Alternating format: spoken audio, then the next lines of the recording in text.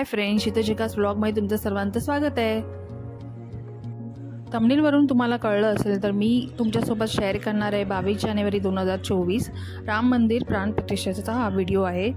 मी काय काय केलं आहे आणि आमच्या इथे कसं सेलिब्रेट झालं आहे तेही तुम्हाला मी सांगणार आहे। तर व्हिडिओ स्किप न करता शेवटपर्यंत नक्की बघा आणि तुम्ही पण कसं सेलिब्रेट केलं हे देखील कमेंटमध्ये मला नक्की सांगा।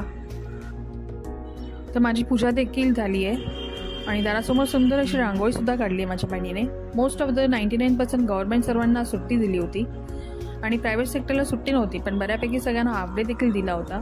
तर सगळ्यांना जसं जमेल तसं सगळ्यांनी सेलिब्रेटसुद्धा केलं आहे आणि आपण इतक्या वर्षापासून ज्या गोष्टीची वाट बघतोय तो आजचा दिवस आहे।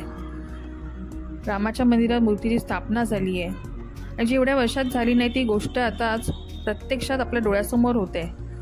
अशा ऐतिहासिक गोष्टीला करोडो वर्षापर्यंत लक्षात ठेवलं जाईल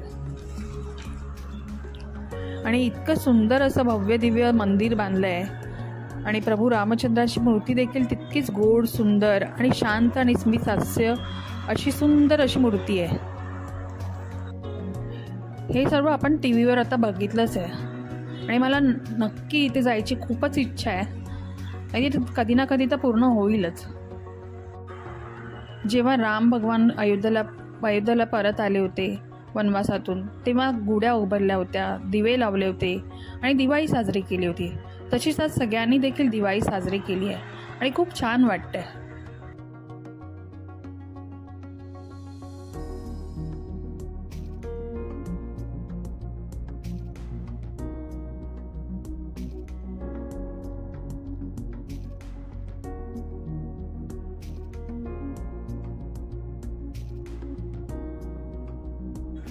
खूप छान वाटत आहे। अख्ख्या भारतात हा दिवस सेलिब्रेट होत आहे आज सगळीकडे। म्हणजे आपला देश पण हा पूर्ण राममय झाला आहे। कलियुग संपलं आहे आणि आता सतयुग आलं आहे असंच वाटतंय आणि खूप पॉझिटिव्ह एनर्जी दिसते सगळीकडे आणि खूप भारी वाटते। 500 वर्षांचा प्रभू श्रीरामाचा वनवास आता संपला आहे असं कॅप्शन देखील येत होतं आणि सगळीकडे उत्साह बघायला पण मिळत आहे। आमच्या मार्केटमध्ये ना तर सगळ्या वस्तू दिवाळीसारख्या विकायला सुद्धा आलेल्या, पणत्या आल्या आहेत, तोरणं आली आहेत, लाईटिंगची रांगोळ्या आल्या आहेत, असं भरपूर काही दिवाळीला जे काही मिळतं ना ते सर्व काही विकायला आलेलं आहे।